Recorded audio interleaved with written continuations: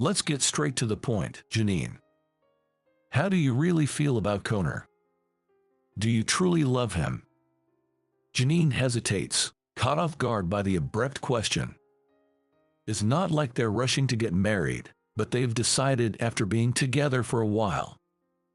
Janine seems to go blank, taking her time to respond. Can't answer, huh? A bit slow, aren't you?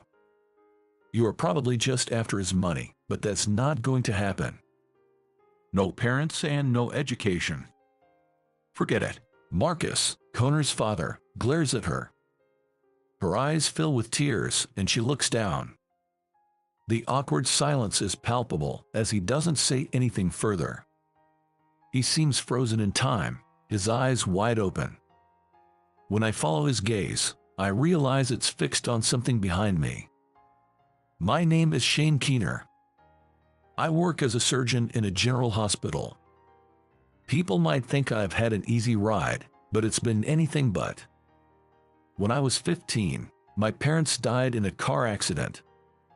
I was left to take care of my then 5-year-old sister, Janine, feeling utterly helpless as she cried, begging them to wake up. That experience pushed me to become a surgeon and save lives, driving me to overcome any hardship. Without our parents, Janine and I ended up living with relatives. They weren't thrilled to take us in, making it clear from day one. It's crazy to be told out of the blue to raise kids we don't even know so well. Shane, you're already in high school, and Janine, you're starting elementary school soon. You guys will have to look after yourselves, okay? Grateful just to have a roof over our heads, we did our best to be self-sufficient. I took care of our expenses and cooked our meals as much as I could.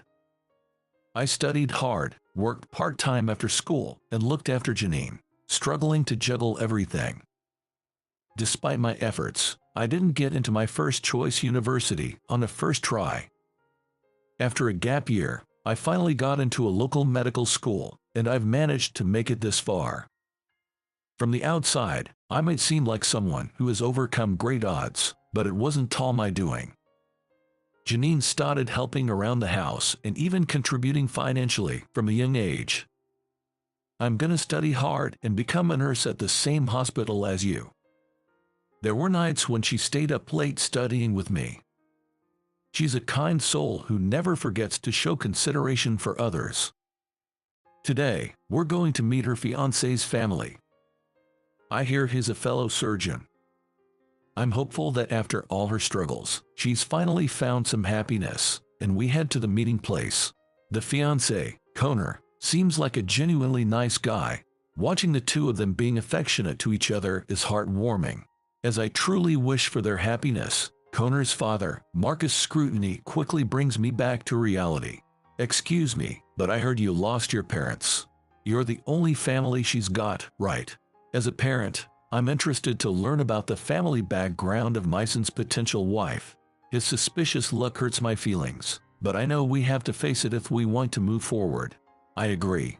It's important to understand both families' dynamics, especially when thinking about the future seriously. I'll be upfront about it. We lost our parents in a car accident. Our relatives took us in, but we've essentially supported each other on our own. I honestly tell him about our lives up to now. I explained how, despite being only 15 and 5 years old, we managed to make ends meet without much help from our unwilling relatives. I looked after Janine's homework and school needs, studying for myself only after she was asleep. Before she was even in upper elementary, she started helping around the house, bearing a lot of the burden. I eventually got into a local medical school, and seeing my efforts, she decided she wanted to become a nurse. That must have been really tough. Connor murmurs in a sincere tone. I'm glad Janine has met a compassionate guy and hope things will work out for the best. But then I notice a troubling look on Marcus' face. It might have been tough, but Connor and I also faced our own struggles. My family were farmers, but I made it through Harvard Medical School to become a surgeon. I mean, I basically studied without sleep while helping on the farm. So yeah, you could say it was blood, sweat, and tears. And now, here I am, in this job, with the best education I could get.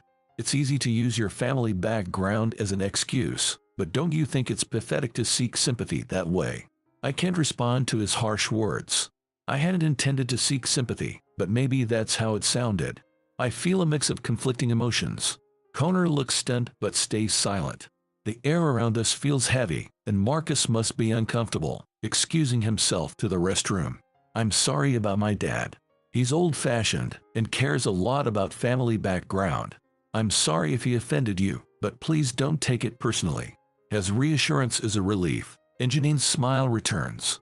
We soon get caught up in a lively conversation. Despite being a busy doctor, Connor has many hobbies, from fishing and golf to camping, reading, movies, and theater. Janine listens to his stories with a twinkle in her eyes. Oh, by the way, let's go watch a play. A famous company is coming soon, and I've got an extra ticket. You've been saying you want to see one. We can exchange our critique afterward. He suggests it to her. Yeah, I'm in.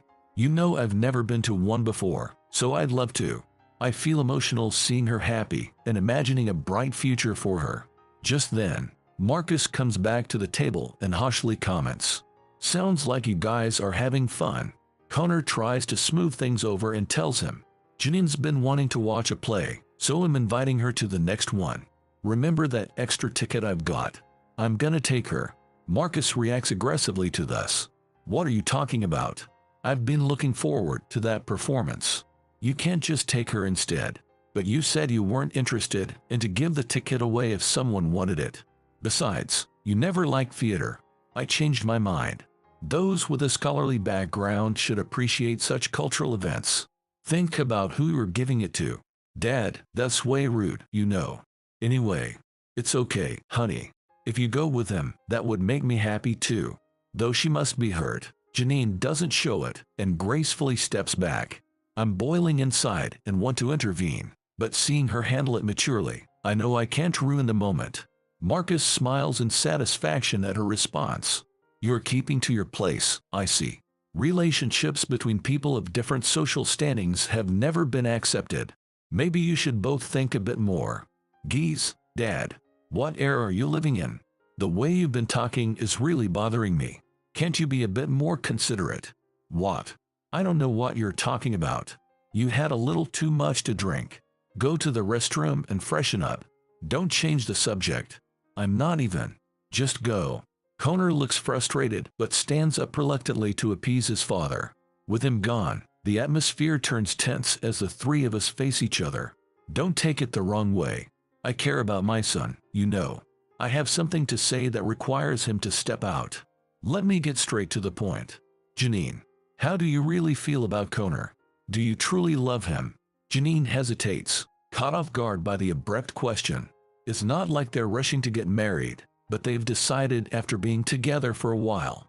Janine seems to go blank, taking her time to respond. Can't answer right away. You're slow, aren't you? I guess you're just after his money, but that's not going to happen. Shane, you seem so proud to have been her protector, but listen, orphans with low education are highly undesirable. LOL, no need to think twice about it.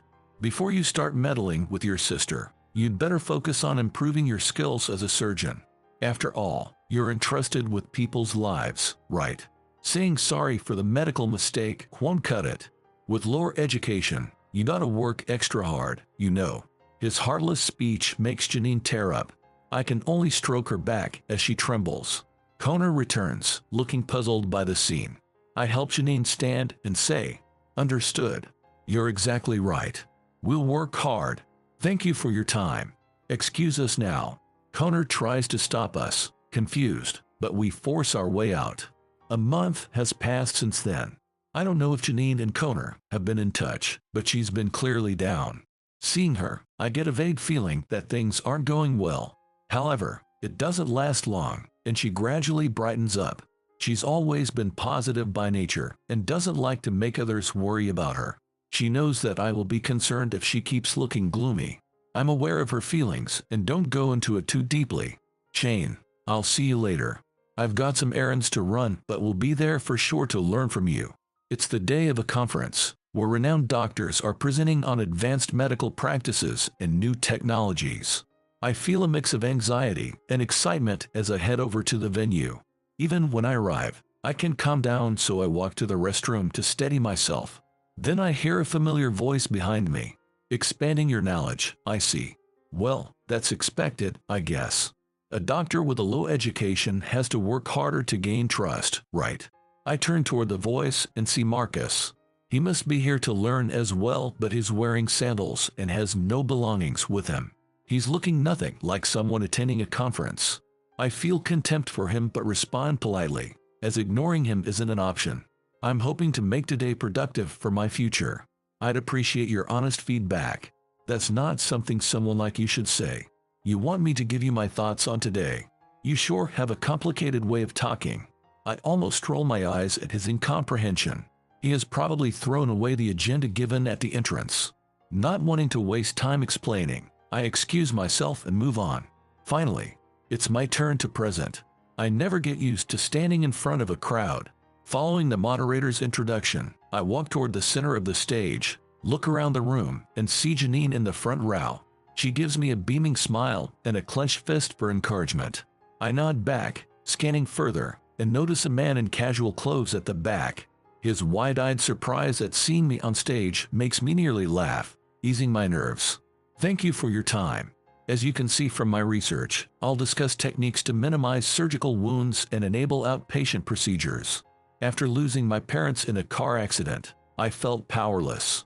And once I became a surgeon, I felt a sense of responsibility to alleviate the burden on patients who undergo surgery. Driven by these factors, I've been studying and practicing tirelessly to go beyond existing medical techniques and make a difference. With recent technological advancements, I've achieved heart surgeries requiring less than a few inches of incision, significantly reducing recovery time. Today, I'll talk about the medical devices and research that made this possible. However, these devices alone aren't enough.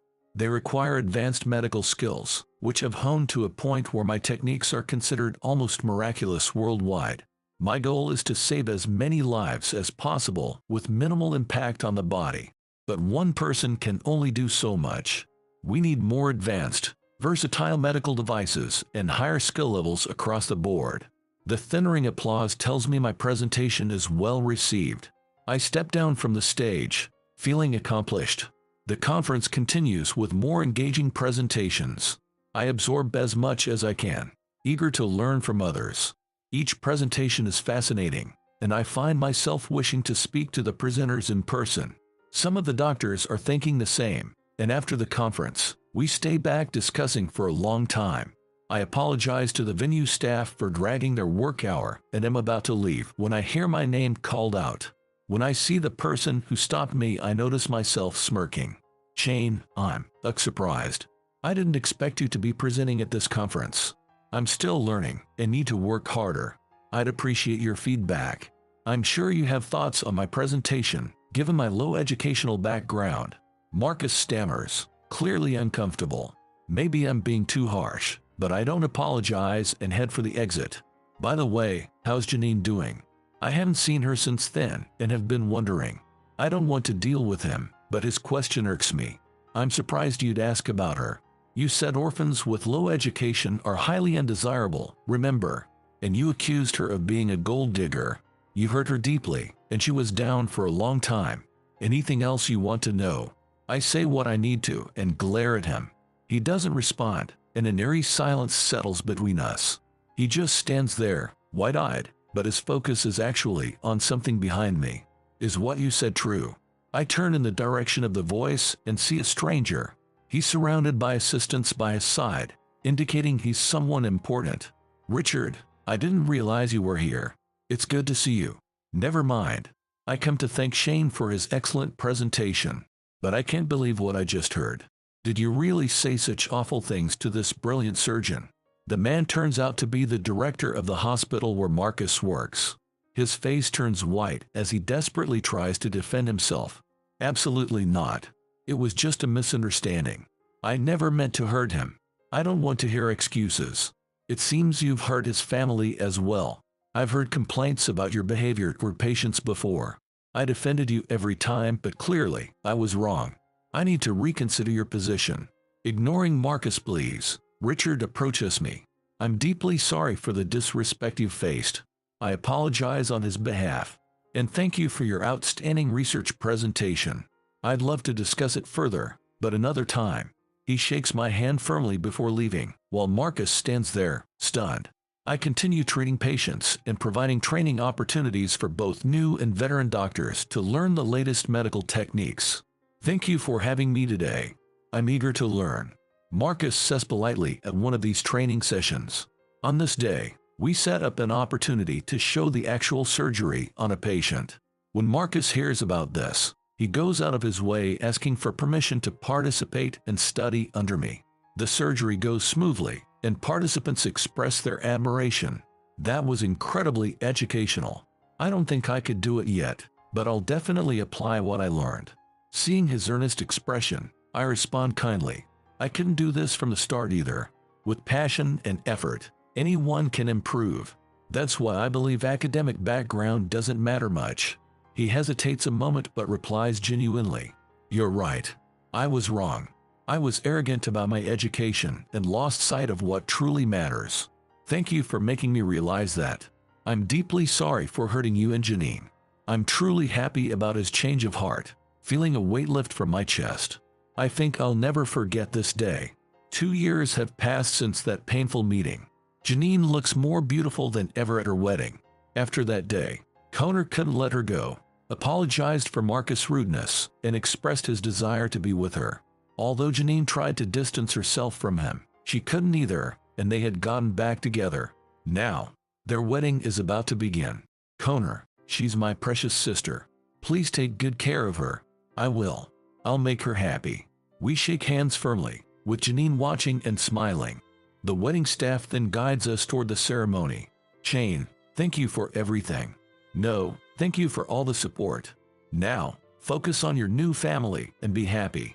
I tried to be a substitute parent for her, and I hope I've done a good job. With thoughts of our parents who can't be here today, I walk her down the aisle.